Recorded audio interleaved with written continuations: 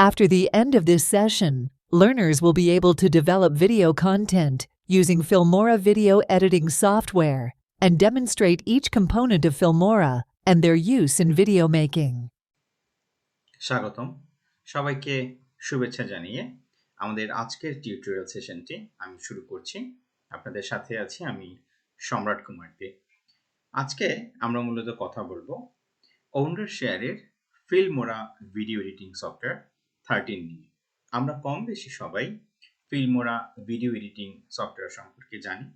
আজকে মূলত আমরা আমাদের ফিল্মোরা ভিডিও এডিটিং সফটওয়্যারের ইন্টারফেস এবং এখানে একটি প্রজেক্ট কিভাবে হচ্ছে ইম্পোর্ট করতে হয় এবং সেটি প্লে করতে হয় এটি নিয়ে কথা বলব। সবার প্রথমেই আমরা যদি একটু ইন্টারফেসটির দিকে লক্ষ্য করি, আমাদের ইন্টারফেসটি 1, 2, 3, 4 এই চারটি ভাগে মূলত ভাগ করা হয়েছে। সবার প্রথমেই যে বিষয়টার দিকে আমাদের লক্ষ্য দিতে হবে সেটি হচ্ছে আমরা যখন ফিল্মোরাতে একটি ভিডিও নিয়ে কাজ করব, একটি ভিডিওতে আসলে অনেক কম্পোনেন্ট থাকতে পারে। একটি ভিডিওতে অডিও অংশ থাকতে পারে, একটি ভিডিওতে টাইটেল থাকতে পারে, একটি ভিডিওতে আমরা বিভিন্ন ট্রানজিশন দিতে পারি, তার মধ্যে আমরা এফেক্টস প্রয়োজন হলে দিতে পারি এবং এর বাইরে আমাদের নিজস্ব যদি কোনো ছবি থাকে, কোনো লেখা থাকে বা আমাদের যদি নিজস্ব বক্তব্য থাকে সেটাও কিন্তু আমরা হচ্ছে ইনসার্ট করতে পারি।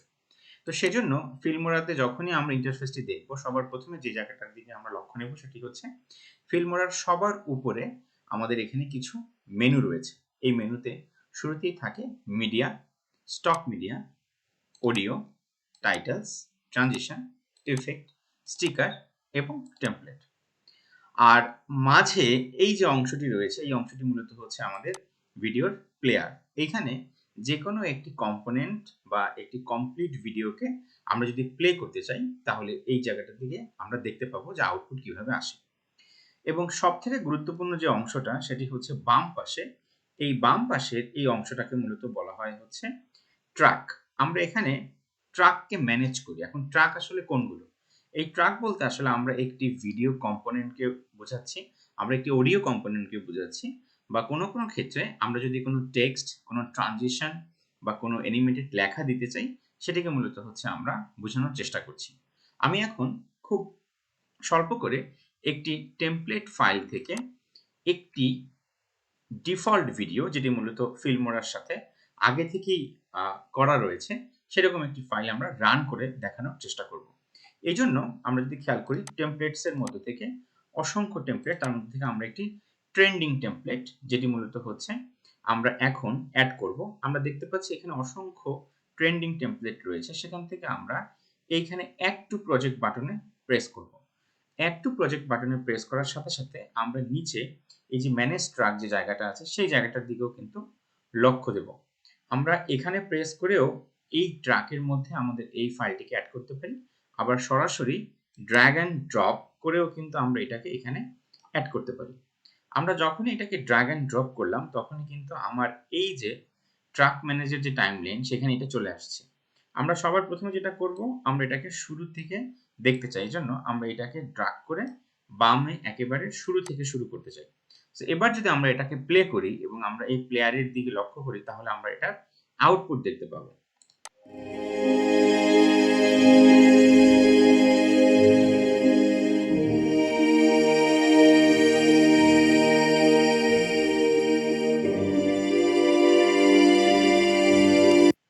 আমরা যারা এই ভিডিওটি দেখছি স্বাভাবিকভাবেই এখানে ফিল্মোরার যে কিছু টেমপ্লেট রয়েছে সেই টেমপ্লেট কিন্তু আমাদেরকে এডিট করার সুবিধা দেয়।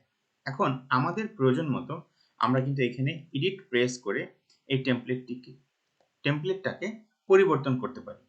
তো এভাবে আমরা মূলত ফিল্মোরার সবগুলো এলিমেন্ট নিয়ে যখন হচ্ছে আমরা কাজ করব তখন কিন্তু নিজেদের মতো করে কাস্টমাইজ করে ফিল্মোরাতে ব্যবহার করতে পারবো। এবং যখন আমাদের এডিটটি সম্পূর্ণ হয়ে যাবে তখন আমরা এই কর্নারে এক্সপোর্ট বাটন, যেটি উপরে ডান পাশে কর্নারে রয়েছে, এক্সপোর্ট বাটনে প্রেস করে আমরা এই ভিডিওটিকে এক্সপোর্ট করতে পারি। এটি ছিল মূলত আমাদের আজকে ফিল্মোরার বেসিক ইন্ট্রোডাকশন। আশা করি এ থেকে আপনারা উপকৃত হবেন এবং আমাদের আজকের লেসনের যে দুটি আউটকাম ছিল, ফিল্মোরার বিভিন্ন অপশন সম্পর্কে আপনি জানতে পারবেন এবং ফিল্মোরাতে একটি ভিডিও আপনি তৈরি করে এক্সপোর্ট করতে পারবেন, সেটি সম্পর্কে আপনি সম্যক ধারণা পেলেন। ধন্যবাদ। পরবর্তী টিউটোরিয়ালে সবাইকে আমন্ত্রণ জানিয়ে আমাদের আজকের সেশন এখানেই শেষ করছি।